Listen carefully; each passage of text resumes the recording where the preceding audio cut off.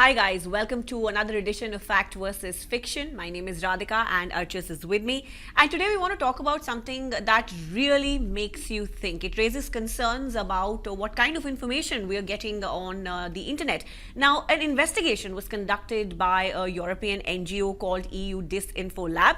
And what they found is that a vast network of about 265 fake news websites, dubious NGOs and similarly dubious think tanks in more than 65 countries. 65 countries. Now, all of this was being managed by an Indian influence network. So, what is this Indian influence network and what were the other findings? That's what we want to find out from Archus. Archus, take us through some of the pointers that EU Disinfo Lab has actually revealed.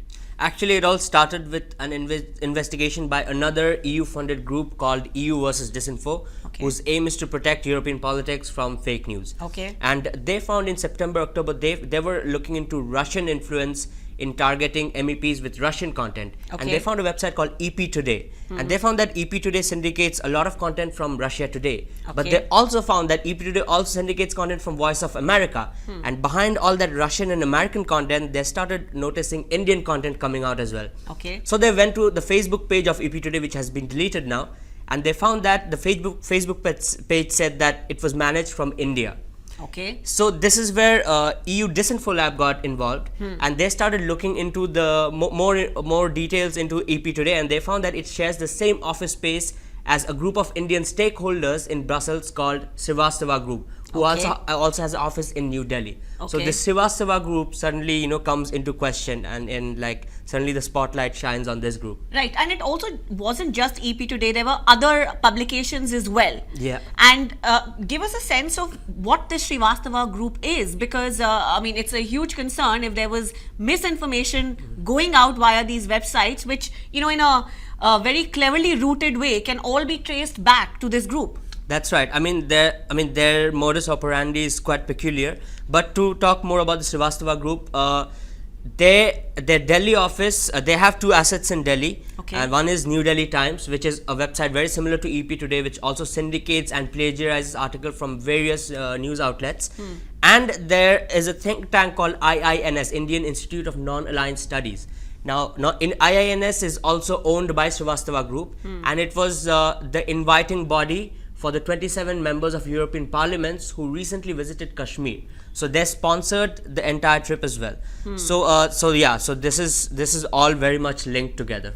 So see, that's where the concern really comes in, because the group that invited these MEPs or members of European Parliament, there was a lot of controversy at that time as well, that why would you not let Indian MPs visit Kashmir, but you've invited European MPs to make that trip. And now a link has been established between that think tank and this this network of fake websites and also dubious think tanks. So more information around this is expected to come out. You have been in touch with the EU Disinfo Lab as well.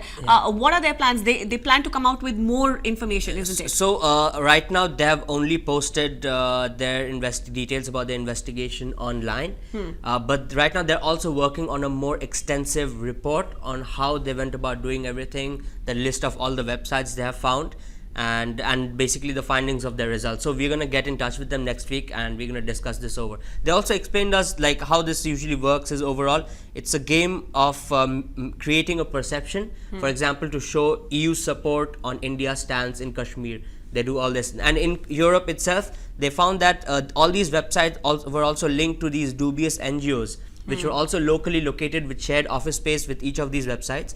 And some of the content on the website kind of cited these NGOs, works by these NGOs, to show that there has been research done on what they're talking about. But this is basically spinning the content they're creating themselves. So it's layer over layer of basically propaganda. One could say that. All right, guys. Of course, we are tracking this investigation very, very closely, and we'll have more details for you next week, like Archus said. For now, we'll wrap up this edition of Fact versus Fiction. Our helpline number remains 7700 906 111, and here is where you forward us any social media messages, images, videos that you want us to fact check and feature on this segment. Thank you very much for tuning in today.